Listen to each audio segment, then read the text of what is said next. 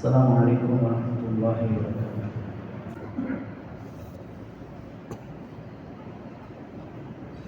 الحمد لله كفى، الصلاة والسلام على نبينا المصطفى وعلى آله وصحبه نجوم الهدى وقادة التقى. أما بعد، فقد قال الله عز وجل في محكمه التنزيل بعد أعوذ بالله من الشيطان الرجيم بسم الله الرحمن الرحيم ولا تدع من دون الله ما لا ينفعك ولا يضرك فإن فعلت فإنك إذا من الظالمين. صدق الله العلي العظيم. وقال نبينا صلى الله عليه وسلم المؤمنون هينون لينون كالجمل الآنف إن قيل إن قال وإن أنيخ على صخرة استناخ أو كما قال عليه الصلاة والسلام. அளவற்ற அருளாலும் நீரற்ற அன்புடையவனுமான இணையற்ற அல்லாஹ் ஜல்ல ஜலாலுஹு ஒருவனுக்கு எல்லையற்ற புகழ் அனைத்தும் உரித்தாகும். அல்ஹம்துலில்லாஹ். ஸலாத் என்னும் கருணையும் சலாம் என்னும் ஈடேற்றமும் இவ்வுலகிற்கோர் அருட்கொடையாக வந்ததை பெருமானார் முஹம்மது முஸ்தபா அஹ்மது முஸ்தபா சர்தாரே தோ ஆலம் சாந்தி நபி ஸல்லல்லாஹு அலைஹி வஸல்லம் அவர்களின் மீதும் அன்னவர்களின் பரிசுத்தமான குடும்பத்தினர்கள் அருமை சஹாபாக்கள் தாபிஊன்கள் தபஉ தாபிஈன்கள் அவுலியாக்கள் நாதாக்கள் கியாமத்துடைய நாள் வரும் வரைக்கும் அவர்களுடைய வாழ்க்கை வழிமுறைகளை தன்னுடைய வாழ்க்கையின் முழுமையாக எடுத்து நடக்க வேண்டும் என்ற முயற்சியில் ஈடுபட்டுக் கொண்டிருக்கும் அனைத்து நல்லடியார்கள் மீது உண்டாவதாக. புனித ஜும்ஆவினுடைய கடமை என விளங்கி அதனை நிறைவேற்றுவான் வேண்டி அல்லாஹ்வின் இல்லமாமி பள்ளி வாயிலில் நவைத்துல் இஅ்திகாஃப் மா தும்து ஃபீ ஹாதல் மஸ்ஜித் லில்லாஹி தஆலா என்ற இஅ்திகாஃபுடைய நியத்துடன் அமர்ந்திருக்கும் இஸ்லாமிய நெஞ்சங்களின் சகோதரர்களே, வாழ்வின் எல்லா கட்டங்களிலும் எல்லா சந்தர்ப்பங்களிலும் ரப்புல் இஸ்ஸத் அல்லாஹ் ஜல்ல ஜலாலுஹு பயந்து அஞ்சி நடந்து கொள்ளுமாறு முதற்கண் எனக்கும் அப்பால் உங்களுக்கும் நான் வசியத்தும் நசீகத்தும் செய்து கொள்கின்றேன். இத்தகுல்லாஹ். அன்பு நிறைந்த அல்லாஹ்வின் நல்லடியார்களே,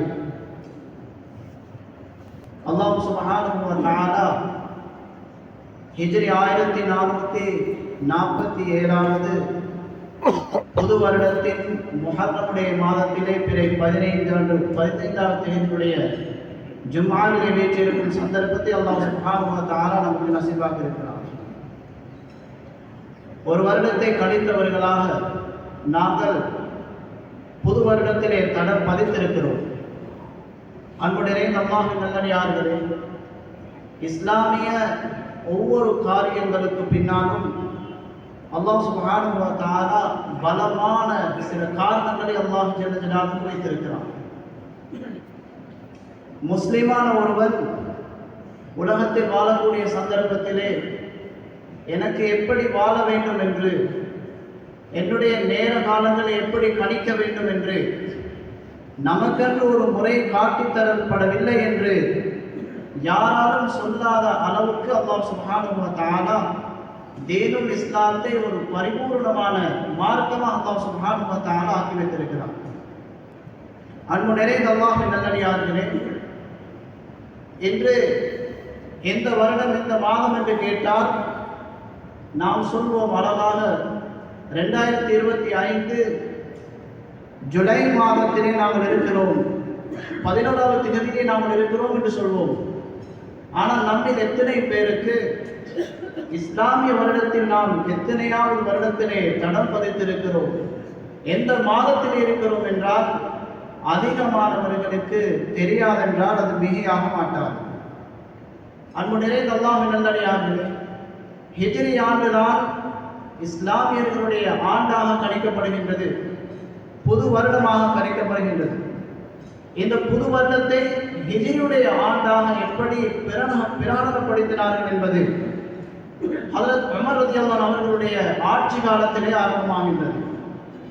இதற்கு ஏற்றாற்போல் ஒரு சுவாரஸ்யமான சம்பவம் நடக்கின்றது. அமீருல் முஃமினீன் ஹஜ்ரத் உமர் ரலியல்லாஹு அன்ஹு அவர்களுடைய ஆட்சி காலத்தில் இருவர் வருகின்றார்கள். ஒருவர் ஒரு தாள் துண்டினை எழுதி கொடுக்கின்றார். அமீருல் முஃமினீன் அவர்களே, இவர் ஷாபானுடைய மாதத்திலே கடன் திருப்பி தருவதாக இடத்திலே கடன் எடுத்திருக்கிறார், இதனை திருப்பி தரும்படி சொல்லுங்கள் என்று ஹதரத் உமர் ரலியல்லாஹு அன்ஹு அவர்களிடத்தில் முறையிட்ட பொழுது ஹதரத் உமர் ரலியல்லாஹு அன்ஹு அவர்கள் கேட்கின்றார்கள், ஐயு ஷாபான், எந்த ஷாபானிலே? சென்ற வருடத்தினுடைய ஷாபானா, அல்லது இந்த வருடத்தினுடைய ஷாபானா, அல்லது எதிர்வரக்கூடிய வருடத்தினுடைய ஷாபானா என்று குறிப்பிடுங்கள், இந்த வருடத்தினுடைய ஷாபான் என்பதா? அன்பு நிறைந்த அல்லாஹ்வின் நல்லடியார்களே, எனவே இஸ்லாமிய புது வருடம் ஒன்று ஆரம்பிக்கப்பட வேண்டும் என்ற ஒரு தேவைப்பாட்டை ஹதரத் உமர் ரலியல்லாஹு அன்ஹு அவர்கள் உணர்கின்றார்கள். அருமை சஹாபாக்களுடன் ஆலோசனை செய்கின்றார்கள், மஷூரா செய்கின்றார்கள். மஷூரா செய்து எடுக்கப்படக்கூடிய முடிவுகள் இருக்கின்றதே, வெளி தோற்றத்திலே அதில் ஒரு ஷர் இருப்பதாக, கெடுதி இருப்பதாக விளங்கினாலும் அன்பு நிறைந்தவர்களே, அதனை அல்லாஹ் சுப்ஹானஹு வ தஆலா மிகப்பெரிய கைகளை மறைத்து வைத்திருக்கிறார். மஷூராவுடைய பரக்கத்தாக கொண்டிருக்கின்றது.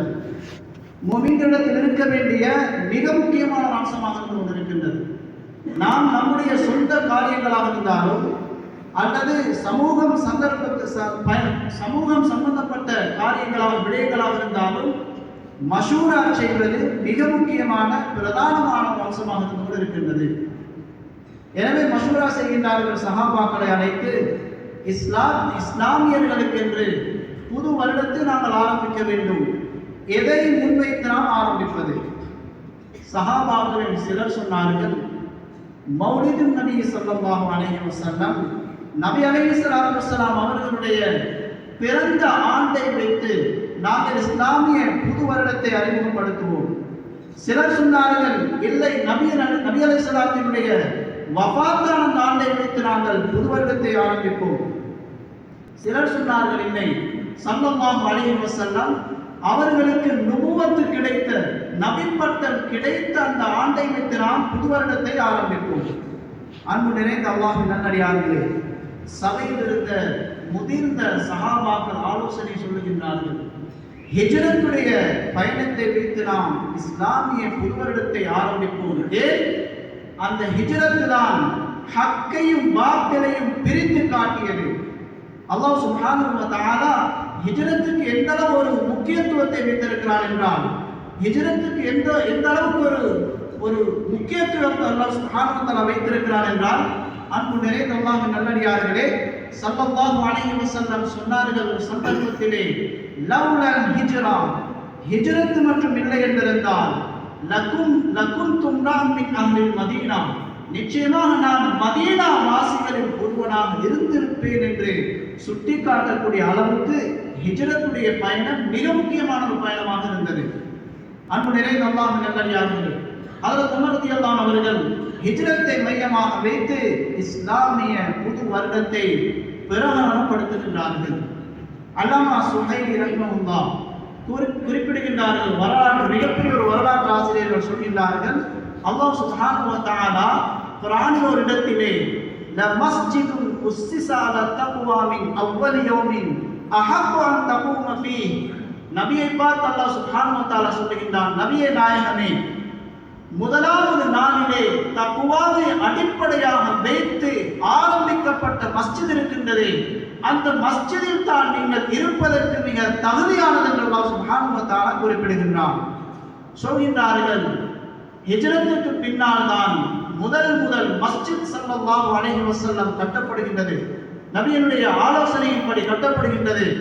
அது மஸ்ஜிது நபவியா அல்லது மஸ்ஜிது குபாவா என்ற விடயத்திலே வரலாற்று ஆசிரியர்களிடத்திலே கருத்து முரண்பாடு இருக்கின்றது. எது எப்படி இருந்தாலும் மின் அவ்வலி யௌமின் என்று அல்லாஹ் குறிப்பிட்டது இந்த ஹிஜ்ரத்தினுடைய ஆரம்ப நாட்களை தான். இதனை சஹாபாக்கள் விளங்கி இருந்தார்கள், அந்த பெரும் சஹாபாக்கள் விளங்கி இருந்தார்கள்.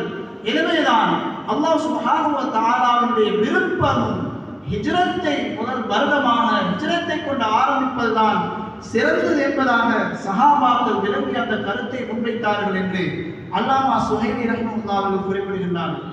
அன்பு நிறைந்த அல்லாஹ்வின் நல்லடியார்களே, அந்த ஹிஜ்ரத்துடைய பயணம் நாம் எல்லோரும் அறிந்திருப்போம். ஸல்லல்லாஹு அலைஹி வஸல்லம் அவர்கள் மக்காவிலே தன்னுடைய ஈருடைய பிரச்சாரத்தை செய்து கொண்டிருக்கின்றார்கள். அந்த சந்தர்ப்பத்திலே ஸல்லல்லாஹு அலைஹி வஸல்லம் அவர்களுக்கு உதவியாளர்கள் இருந்ததை விட விரோதங்களும் மிக கடுமையாகிக் கொண்டே இருந்தது. அன்புடைய அல்லாஹ் நல்லடியார்களே, ஸல்லல்லாஹு அலைஹி வஸல்லம் அவர்களுக்கு ஹிஜ்ரத்துடைய பயணம் செல்லுமாறு வஹி இறங்குகின்றது. நபி அலைஹிஸ்ஸலாத்து வஸ்ஸலாம் அவர்கள் தன்னுடைய முபாரக்கான படுக்கையிலே ஹதரத் அலி ரலியல்லாஹு அன்ஹு அவர்களிடத்திலே அவர்களை படுக்க வைத்துவிட்டு சொன்னார்கள், அலியே, அல்லாஹ்வுடைய உத்தரவின்படி மக்காவை விட்டு நான் மதீனாவுக்கு செல்வதற்கு அல்லாஹ் உத்தரவிட்டிருக்கிறான். எனவே நாளை காலை இன்னின்ன காரியங்களை முடித்ததன் பின்னால் நீங்கள் நம்முடன் வந்து சேர்ந்து கொள்ளுங்கள் என்று ஸல்லல்லாஹு அலைஹி வஸல்லம் அவர்கள் குறிப்பிட்டார்கள். அன்பு நிறைந்த அல்லாஹ் நல்லடியார்களே, ஹதரத் அலி ரலியல்லாஹு அவர்களிடத்திலே கேட்கப்பட்டது, உலகத்தில் மிக சிறந்த நாள், மிக சிறந்த இரவு எது என்று சொன்னார்கள். ஸல்லல்லாஹு அலைஹி வஸல்லம் அவர்கள் ஹிஜ்ரத் சென்ற அந்த தினம்தான், அன்றே அந்த இரவுதான் எனக்கு நிம்மதியான இரவாக இருந்தது. ஏன் தெரியுமா? அன்று இரவுதான் நிம்மதியான தூக்கம் எனக்கு உண்டானது. எந்த ஒரு பயமும் இல்லாமல், எந்த ஒரு அச்சமும் இல்லாமல் அடுத்த நாள் காலை நான் உயிருடன் இருப்பேன் என்ற உத்தரவாதம் ஸல்லல்லாஹு அலைஹி வஸல்லம் எனக்கு அளித்து விட்டார்கள். ஈமானுடைய அடையாளம். அன்பு நிறைந்த அல்லாஹ் நல்லடியார்களே, சஹாபாக்கள் ஒவ்வொரு இரவையும் அவர்கள் மிக கவலையுடன் கழிப்பார்கள். அடுத்த நாள் எழும்புவோமா என்ற ஒரு சிந்தனையுடன் யோசனையுடன் கழிப்பார்கள். சொன்னார்கள், அந்த இரவுதான் எனக்கு மிக நிம்மதியான தூக்கம் சென்ற தூங்கின ஒரு இரவாக இருந்தது என்று குறிப்பிடுகின்றார்கள். அல்லாஹ் கண்ணியமான அல்லாஹ் நல்லடியார்களே, ஹதரத் ரசூலுல்லாஹி ஸல்லல்லாஹு அலைஹி வஸல்லம் அவர்கள் ஹதரத் அபூபக்கர் சித்தீக் ரலியல்லாஹு அன்ஹு அவர்களை சந்திக்க செல்லுகின்றார்கள். சென்ற நேரத்திலே இஸ்லாத்துக்கு மிகப்பெரிய விரோதங்களும் இஸ்லாமியர்களை கொலை செய்யப்படக்கூடிய அளவுக்கு பிரச்சனைகள் தலைக்கு மேல் போயிருக்கின்றது. ஹதரத் அபூபக்கர் சித்தீக் ரலியல்லாஹு அன்ஹு அவர்களுடைய கதவு வெறும் லேசாக சாத்தப்பட்டிருந்தது, மூடி கூட இருக்கவில்லை. கேட்டார்கள் ஸல்லல்லாஹு அலைஹி வஸல்லம், இவ்வளவு பெரிய பிரச்சனையுடைய நேரத்திலே அபூபக்கர், என்ன நீங்க கதவை தாளிட்டு அடைத்துக் கொள்ளாமல் சாய்த்து வைத்திருக்கிறீர்கள்? சொன்னார்கள், யா ரசூலல்லாஹ், எப்பொழுது நீங்கள் எனக்கு அல்லாஹ்வுடைய உத்தரவு வரும், நீங்கள் தயாராக இருங்கள் என்று சொன்னீர்களோ அந்த நாளிலிருந்து என்னுடைய வீட்டு கதவு திறந்துதான் இருக்கின்றது. கண்ணியமான சகோதரர்களே, ஹதரத் அபூபக்கர் சித்தீக் ரலியல்லாஹு அன்ஹு அவர்களோடு சேர்ந்த நபி ஸல்லல்லாஹு அலைஹி வஸல்லம் அவர்கள் ஹிஜ்ரத்தினுடைய பயணத்தை மேற்கொள்கின்றார்கள். ஈமானியத்தான நிறைய படிப்பினைகளை அல்லாஹ் சுப்ஹானஹு வ தஆலா இந்த சஃபரிலே, அந்த ஹிஜ்ரத்திலே அல்லாஹ் சுப்ஹானஹு வ தஆலா வைத்திருக்கிறார். அன்பான சகோதரர்களே, ஹிஜ்ரத் என்பது எம்முடைய ஊரில் வியாபாரம் கொஞ்சம் டல்லாக இருக்குது, பொருளாதாரத்துடைய அந்த வியாபாரத்துடைய அமைப்புகள் எல்லாம் செழிப்பில்லாத நிலையில இருக்குது, இந்த ஊருக்கு போனால், இந்த கிராமத்துக்கு போனால், இந்த நாட்டுக்கு சென்றால் வியாபாரத்தில் ஒரு முன்னேற்றத்தை அடைந்து கொள்ளலாம் என்ற நோக்கத்தில் செய்யப்படுவது ஹிஜ்ரத் கிடையாது. ஹிஜ்ரத் என்றால் என்ன? நம்முடைய தீனை பாதுகாத்துக் கொள்வதற்காக வேண்டி, தீனுடைய கட்டளைகளை பாதுகாத்துக் கொள்வதற்காக வேண்டி, தீனுடைய காரியங்களை சரிவர நிம்மதியாக நிறைவேற்றிக் கொள்வதற்காக வேண்டி நாம் இருக்கக்கூடிய இடம் அது தோதுவானதாக இல்லை. எனவே இதற்காக வேண்டி மேற்கொள்ளப்படக்கூடிய பயணம் தான் ஹிஜ்ரத்தாக கொண்டிருக்கின்றது. ஹதீஸுன் நிய்யா, இமாமுனா புகாரி ரஹிமஹுல்லாஹ் அவர்கள் முதலாவதாக கொண்டு வந்திருக்கக்கூடிய ஹதீஸ், இன்னமல் அஅமாலு பின்னியாத். சகோதரர்களே, இந்த ஹதீஸிலே நபி ஸல்லல்லாஹு அலைஹி வஸல்லம் குறிப்பிடுகின்றார்கள், ஃபமன் கானத் ஹிஜ்ரத்துஹு இலல்லாஹி வ ரசூலிஹி, யார் அல்லாஹ்வுக்காக வேண்டியும் அவருடைய தூதருக்காக வேண்டியும் ஹிஜ்ரத் செய்கின்றார்களோ அவருடைய ஹிஜ்ரத் உண்மையில் அல்லாஹ்வுக்காக வேண்டியும் அவருடைய தூதருக்காக வேண்டியும் தான். ஃபமன் கானத் ஹிஜ்ரத்துஹு இலா துன்யா யுஸிபுஹா அவ் இம்ராத்தின் யன்கிஹுஹா ஃபஹிஜ்ரத்துஹு இலா மா ஹாஜர இலைஹி. நபியுடன் ஹிஜ்ரத் சென்ற அந்த ஒரு மனிதர் இருந்தால் அவர் மதீனாவில் இருந்த ஒரு பெண்ணை திருமணம் செய்யும் நோக்கத்திலே ஹிஜ்ரத்துடைய பயணத்தை மேற்கொண்டார். ஸல்லல்லாஹு அலைஹி வஸல்லம் குறிப்பிட்டார்கள், அவருடைய பயணம் ஹிஜ்ரத்தாக கணிக்கப்பட மாட்டாது, துனியாவுடைய ஏதோ ஒரு சஃபராக பயணமாகத்தான் கணிக்கப்படும். அன்பு நிறைந்த அல்லாஹ்வின் நல்லடியார்களே, ஹிஜ்ரத் அவ்வளவு முக்கியமான அம்சமாக காரியமாக இருந்தது. அன்பு நிறைந்தவர்களே, சாதாரணமாக உலகத்துடைய அடிப்படையிலே நாம் ஒரு இடத்தை தெரிவு செய்வதாக இருந்தால் ஒரு இடத்தில் இருப்பது சிரமமாக இருக்குது, வியாபார ரீதியிலே சிரமமாக இருக்குது, தொழில் செய்வது சிரமமாக இருக்குது, தீனுடைய காரியங்களை நிலைநாட்டுவது சிரமமாக இருக்குது. விரோதங்களும் புரோதங்களும் நிறைந்து கொண்டிருக்கின்றது என்றால் நமக்கு தோதுவான ஒரு இடத்தை நாம் தேர்ந்தெடுத்தது சகஜம். உலகத்துடைய வழக்கு, உலகத்துடைய வளமை. கஷ்டமான சிரமமான ஒரு இடத்தில் யாரும் தேர்ந்தெடுக்க மாட்டார். மதீனாவுடைய அந்த பூமி இருந்ததே, ஹிஜ்ரத்துடைய அந்த பிரகடனம் வரக்கூடிய சந்தர்ப்பத்திலே சஹாபாக்களை சந்தோஷப்படுத்தக்கூடியதாக இருக்கவில்லை. மதீனாவுடைய பூமி அங்கு ஹிஜ்ரத் செய்வதென்பது சஹாபாக்களுக்கு ஒரு சந்தோஷத்தை கொடுக்கவில்லை. ஏனென்றால் சஹாபாக்கள் மக்காவில் இருந்து ஷாமுக்கு வியாபார நோக்குடன் செல்வார்கள். இடையில் தான் மதீனா இருக்கின்றது. மதீனாவின் பக்கம் தலை வைத்து படுக்க மாட்டார்கள், மதீனாவின் பக்கம் ஏறெடுத்து பார்க்க மாட்டார்கள். ஏனென்றால் மதீனாவிலே ஒரு ஓடை இருந்தது. அந்த ஓடையில் யார் தண்ணீர் பாவிப்பார்களோ, பிரயோகிப்பார்களோ, சகோதரர்களே, அவர் மிகப்பெரிய நோய்க்குள்ளாகுவார், மிகப்பெரிய காய்ச்சலுக்குள்ளாகுவார். எனவே மதீனா சுகாதார ரீதியிலே மிக மோசமான ஒரு நிலையை அடைந்திருந்தது. இரண்டாவது, உள்நாட்டு யுத்தம் நடந்து கொண்டிருந்தது, சிவில் யுத்தம். அவுஸ் ஹஸரஜ் என்று சொல்லக்கூடிய இந்த இரண்டு கோத்திரங்களுக்கு மத்தியிலே மதீனாவிலே சுமார் 28 வருடங்கள் யுத்தம் நடந்து கொண்டிருந்தது. எனவே யுத்தம் நடக்கக்கூடிய ஒரு பூமி, எப்படி நாங்கள் அங்கு சென்று எங்களுடைய ஈமானை பாதுகாப்போம்?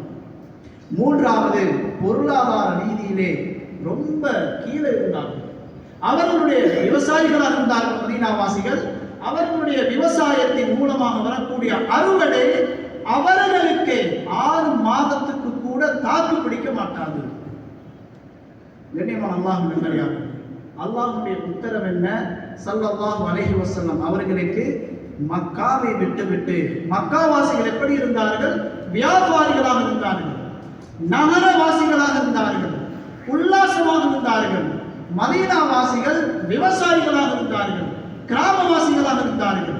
நகரத்தை விட்டு கிராமத்துக்கு செல்வது என்பது மனிதாபிமான ரீதியில் கொஞ்சம் கஷ்டம்தான், சிரமம்தான். எங்களை எடுத்துக்கொண்டால் ஒரு கிராமத்துக்கு நாங்கள் செல்வோமாக இருந்தால், ஒரு கிராமத்துக்கு நீங்கள் செல்லுங்கள் என்றால் எங்களுடைய மனம் அதனை ஒத்துக்கொள்ள மாட்டார். கிராமத்திலிருந்து நகரங்களுக்கு வருவார்கள், நிம்மதியாக சொகுசாக இருப்பதற்காக வேண்டும். அன்பான சகோதரர்களே, சஹாபாக்கள் இந்த முடிவை கசப்பாக இருந்தாலும் ஏற்றுக்கொண்டார்கள். அல்லாஹ் சுப்ஹானஹு வ தஆலா இந்த ஹிஜ்ரத்தினுடைய வரக்கத்தினால் மதீனாவை ஒரு செழிப்பான பூமியாக ஆக்கி காட்டினார். ஸல்லல்லாஹு அலைஹி வஸல்லம் அவர்கள் மதீனாவிலே போய் அங்கு அந்த மக்களுக்கு மத்தியிலே பாடுபட்டு அவர்களை கலிமாவினுடைய அடிப்படையில் ஒன்று சேர்த்தார்கள். அவர்களுக்கு மத்தியில் பிரச்சனைகள் இருந்தது, குழப்பங்கள் இருந்தது, அவர்களுக்கு மத்தியிலே குரோதங்கள் இருந்தது, யாரும் யாரையும் விட்டுக் கொடுக்கவில்லை.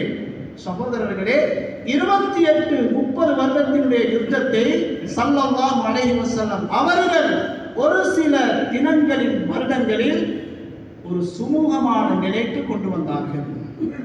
லா இலாஹ இல்லல்லாஹ் என்று இந்த கலிமாவை மையமாக வைத்து ஒரு சஃபில் அவர்களை கொண்டு சேர்த்தார்கள்.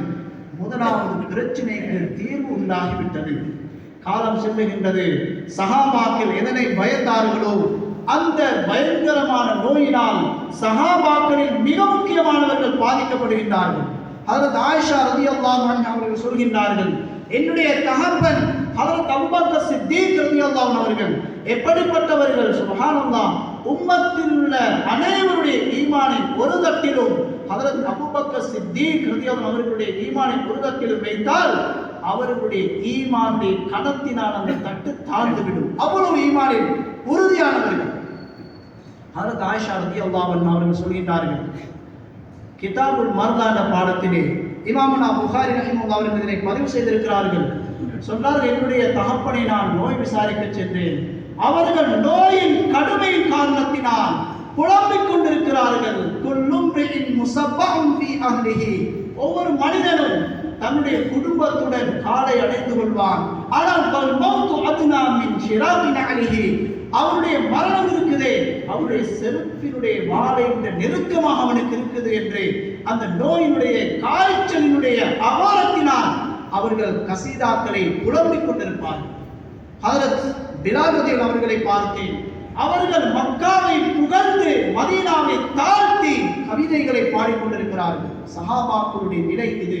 ஸல்லல்லாஹு அலைஹி வஸல்லம் அவர்களிடத்திலே ஹஜ்ரத் ஆயிஷா ரலியல்லாஹு அன்ஹா வந்து முறையிடுகிறார்கள், யா ரசூலுல்லாஹ், நிலைமை இப்படி இருக்குது. ஸல்லல்லாஹு அலைஹி வஸல்லம் அவர்கள் ஒரு அன்சாரியினுடைய தோட்டத்துக்கு இறங்குகின்றார்கள். திருமிதி ஷரீஃபிலே பதிவாக இருக்கின்றது. அங்குள்ள ஒரு கிணற்றிலே ஒரு வாடி தண்ணீர் எடுத்தார்கள், அதிலே வுது செய்தார்கள், அல்லாஹ்விடத்திலே கையேந்தினார்கள். அன்பார்ந்த அல்லாஹ் நல்லடியார்களே, சகோதரர்களே, எங்களுக்கு ஒரு பிரச்சனை வரக்கூடிய நேரத்தில் ஒரு நோயாக இருக்கலாம், கடவுளுடைய பிரச்சனையாக இருக்கலாம், குடும்பத்தின் ஒரு பிரச்சனையாக இருக்கலாம், எங்களுக்கு மத்தியில் ஒரு பிரச்சனையாக இருக்கலாம். முதலாவது இந்த பிரச்சனை எங்கிருந்து வந்ததோ அங்குதான் எங்களுடைய கவனங்கள் செலுத்தப்பட வேண்டும். இரண்டாவது தான் உலகத்துடைய அஸ்பாபுகள், முயற்சிகள் எல்லாம்.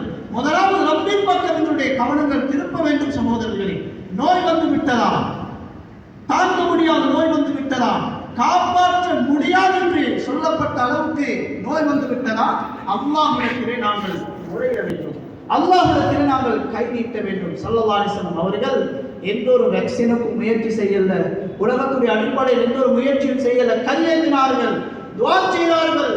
அல்லாஹும்ம பாரிக் லனா ஃபீ மதீனத்தினா, அல்லாஹும்ம பாரிக் லனா ஃபீ சாஇனா, அல்லாஹும்ம பாரிக் லனா ஃபீ முத்தினா. யா அல்லாஹ், எங்களுடைய மதீனாவில் நீ பரக்கத்து செய்வாயாக. நாங்கள் வியாபாரத்துக்காக வேண்டி அளவை நிர்ணயித்து முத்து சா என்ற 2 அளவுகளை வைத்திருக்கிறோம். இந்த 2 அளவுகளிலும் நீ பரக்கத்து செய்வாயாக. வஹப்பிபுல் மதீனா, மதீனாவை எங்களுக்கு நேசமான ஒரு இடமாக ஆக்குவாயாக.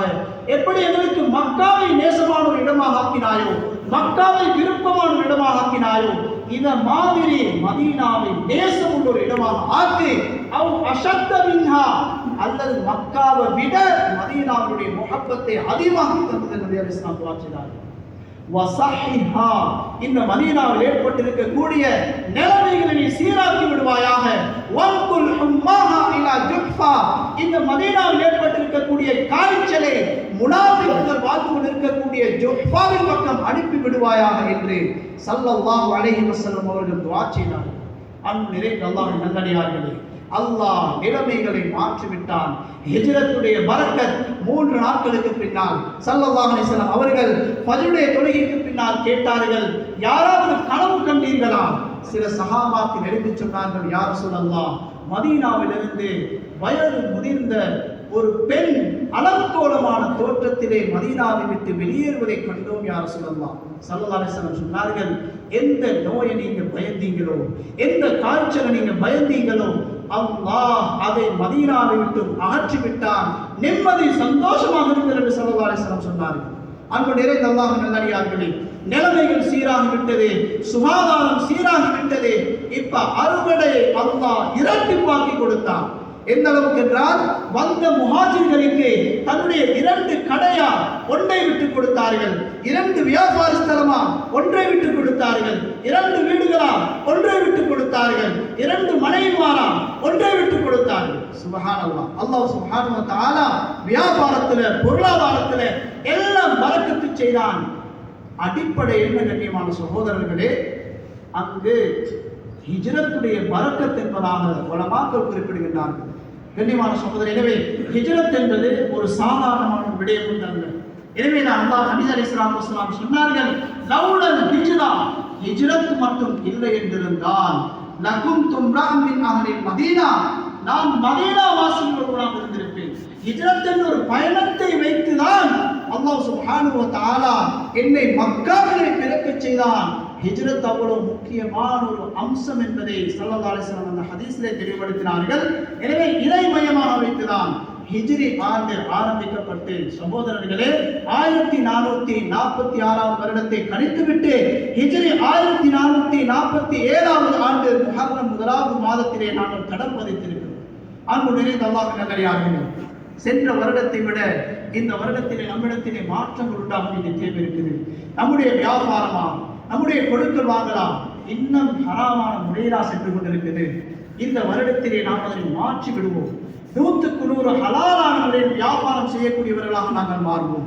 எங்களுடைய வியாபாரத்திலே, எங்களுடைய கொடுக்கல் வாங்கலிலே இன்னும் நாங்கள் பொய் பேசிக் கொண்டிருக்கிறோமா? இன்னும் நாங்கள் மோசடி செய்து கொண்டிருக்கிறோமா? இந்த வருடம், இந்த மாதம் இந்த நிலைமையை நான் மாற்றி விடுவேன்.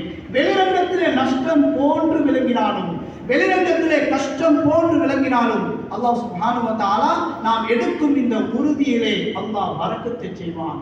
இந்த வருடத்துக்கு முன்னால, இந்த வருடத்திலே படம் பதிப்பதற்கு முன்னால் என்னிடத்தில் என்னென்ன மோசமான காரியங்கள் இருந்ததோ, அது விபச்சாரமாக இருக்கலாம், அல்லது குடியாக இருக்கலாம், அது மோசமான பழக்க வழக்கங்களாக இருக்கலாம். கண்ணியமான அல்லாஹ்வின் நல்லடியார்களே, இவைகளை விட்டு முழுமையாக தௌபா செய்துவிட்டு இந்த புதிய வருடத்திலே நான் ஒரு புதிய மனிதராக நுழைந்து இந்த வருடத்திலிருந்து, இந்த மாதத்திலிருந்து, இந்த நிமிடத்திலிருந்து என்னுடைய வாழ்க்கையின் மாற்றத்தை நான் உண்டாக்குவேன். ஒரு மாற்றத்தின் பக்கம் நான் செல்வேன்.